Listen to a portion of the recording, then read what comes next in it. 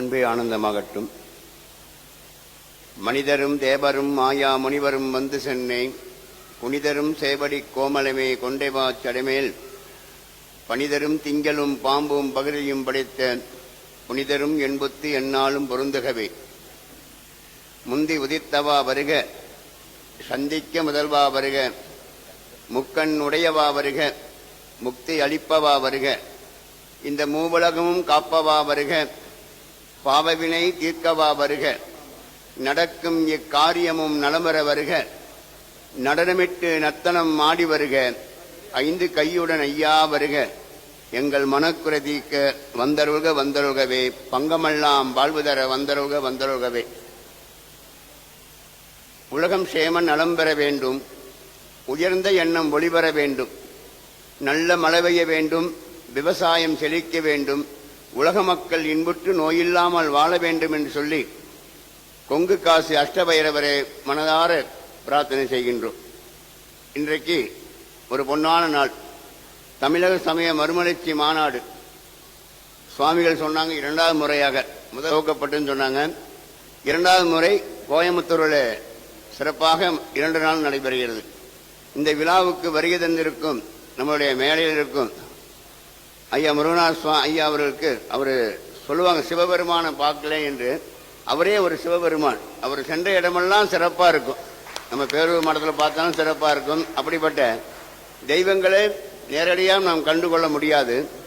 இந்த மாதிரி நம்ம திலவதி அம்மா மாதிரி கல்வி எங்கெங்கே சிறந்து ஓங்கி விற்குதோ அங்கெல்லாம் எம்பெருமான எம்பெருமானை வந்து நமக்கெல்லாம் அருள் காட்சி கொடுப்பார். அப்படிப்பட்ட சுவாமி அவங்க எல்லாருக்கும் மேடை அமர்ந்த அனைவருக்கும் முதற்கட்ட வணக்கத்தை தெரிவித்துக் கொள்கின்றேன்.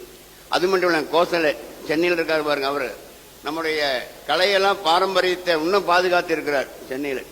அப்படிப்பட்ட எல்லோரும் இங்கே வந்திருக்கிறார்கள். அவங்களுக்கும் நம்ம கீழே அமர்ந்திருக்கும் அனைத்து அன்பு உறவுகளுக்கும் வணக்கத்தை தெரிவித்துக் கொள்கின்றேன்.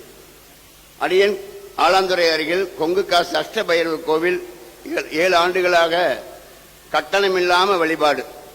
அங்க யாரு வந்தாலும் 206 மாதம் 206 ஓமகுண்டம் நடக்கும். அவங்களே திருக்கரங்களால் அபிஷேகம் செய்யலாம், அவங்களே யாகம் பண்ணி அவங்களே தீபாரணம் பண்றது.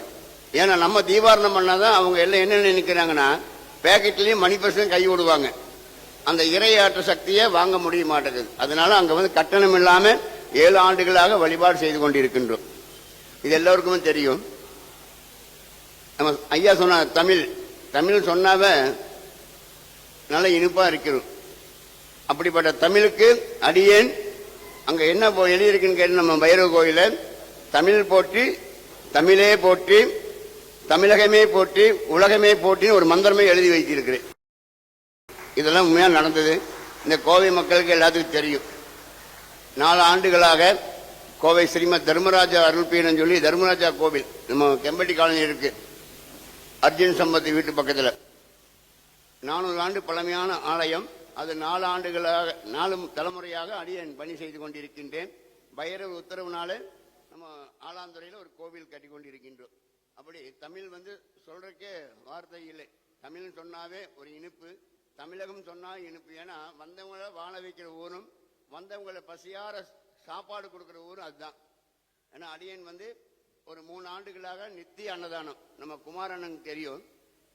1223வது நாளாக இன்னைக்கு அன்னதானம் அடியன் பண்ணி கொண்டு இருக்கின்றேன். அன்னதானம் கோவில் குளங்கள் கிடையாது. எங்கெங்க ஏழை மக்கள் ரொம்ப இதாக இருக்கிறாங்களோ அங்க போய் ஒட்டண சாப்பாடு கிடையாது, கலவை சாப்பாடு கிடையாது, அருண்சுவை உணவாக இன்றைய வரைக்கும் தொடர்ந்து செய்து கொண்டிருக்கின்றேன். இந்த விழாவுக்கு என்னை அழைத்ததற்கு மிகப்பெரிய ஒரு நன்றியை தெரிவித்துக் கொள்கின்றேன். இங்க வந்திருக்கும் இந்த தமிழ் சமய மறுமலர்ச்சி மாநாடுங்கிறது சாதாரண விஷயம் இல்லை. ஒரு மாநாடு நடத்தணும் எவ்வளவு கஷ்டம்.